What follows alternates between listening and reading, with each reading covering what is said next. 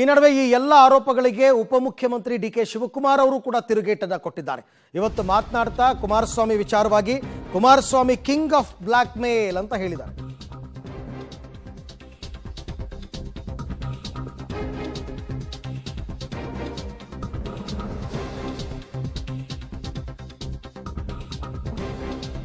HDK versus DKShi ಮಧ್ಯೆ pen drive fight ಜೋರಾಗ್ತಾ ಇದೆ.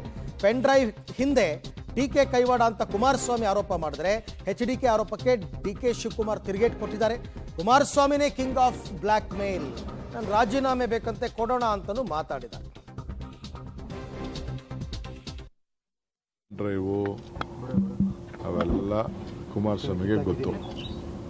ಕುಮಾರಸ್ವಾಮಿಗೆ ಎಲ್ಲ ಕಂಪ್ಲೀಟ್ ಗೊತ್ತಿರೋಂಥ ವಿಚಾರ. ಅವನು ಯಾರೋ ಲಾಯರ್ಗೆ ಎಲ್ಲ ಮಾತಾಡ್ತಾ ಇದ್ದಾರೆ. ಪಾಪ ಕುಮಾರನಿಗೆ ನಂಗೆ ರಾಜೀನಾಮೆ ಬೇಕಂತೆ. ಪಾಪ ರಾಜೀನಾಮೆ ಬೇಕಂತೆ. ಅದೇನೋ ವಕೀಲರ ನಾಯಕದ ಪೈಪೋಟಿ ಅಂತೆ. ರಾಜೀನಾಮೆ ಕೊಡೋಣ ರಾಜೀನಾಮೆ. ಪಾಪ ಬೇಕಲ್ವ ಅವ್ರಿಗೆ. ಎಲ್ಲ ಒಬ್ಬರನ್ನೇ ಮುಗಿಸೋದೇ ಅಲ್ವ ಅವ್ರ ಕೆಲಸ. ಎಲ್ಲ ಬ್ಲ್ಯಾಕ್ ಮೇಲು, ಕಿಂಗ್ ಆಫ್ ಬ್ಲ್ಯಾಕ್ ಮೇಲ್ ಮಾಡಲಿ, ಕೊಡೋಣ ರಾಜೀನಾಮೆ. ಪಾಪ ಅವ್ರಿಗೆ ಆಸೆ ಇದೆ. ಇನ್ಯಾರು ಮಾಡಿ ಏನು ಎದುರಿಸ್ತಾ ಇದ್ದಾರೆ ಎಲ್ಲರಿಗೂ. ಆಫೀಸರ್ಗಳಿಗೆ ಎದುರಿಸೋದು, ಪಾಲಿಟಿಷಿಯನ್ಸ್ಗೆ ಎದುರಿಸೋದು, ಎಲ್ಲರಿಗೂ ಇದೇ ಕೆಲಸ. ಎಲ್ಲ ಮಾಡ್ತಾ ಇದ್ದಾರೆ. ಪಾಪ ಮಾಡಲಿ, ಮುಂದಕ್ಕೆ ಟೈಮ್ ಇದೆ ಚರ್ಚೆ ಮಾಡೋಕ್ಕೆ. ಅಸೆಂಬ್ಲಿ ಇದೆ, ಎಲ್ಲ ತೊಗೊಂಡು ಬರಲಿ, ಮಾತಾಡೋಣ. ಫಸ್ಟು ಅವ್ರ ಮಾತು ಫಸ್ಟ್ ಸ್ಟ್ಯಾಂಡ್ ಆಗಲಿ.